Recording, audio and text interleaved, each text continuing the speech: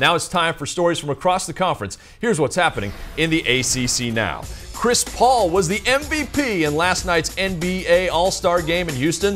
The former Wake Forest star scored 20 points, had 15 assists and 4 steals for the West in the West's 143-138 wins. CP3 is the first Clipper ever to be an All-Star MVP.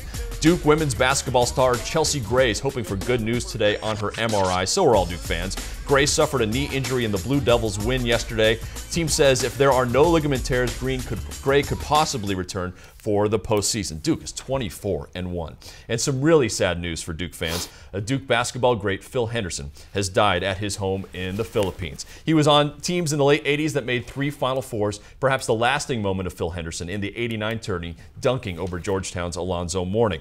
Coach K released a statement this morning. "We are deeply saddened to hear of the passing of Phil Henderson. Our hearts go out to his mom and family. Phil was a talented player and a good man with a gentle soul. We will miss him dearly." Let's welcome back J.R. Reed now. J.R., you played against Phil Henderson. In fact, you knew him all the way back to high school days, right? Yes, we played in the 1986 McDonald All-Americans game together. And one of the most likable players that I ever had the privilege to play with. And I think you would hear anybody that had a chance to know Phil to say the same about him. And our friendship continued over into Carolina, and he was at Duke.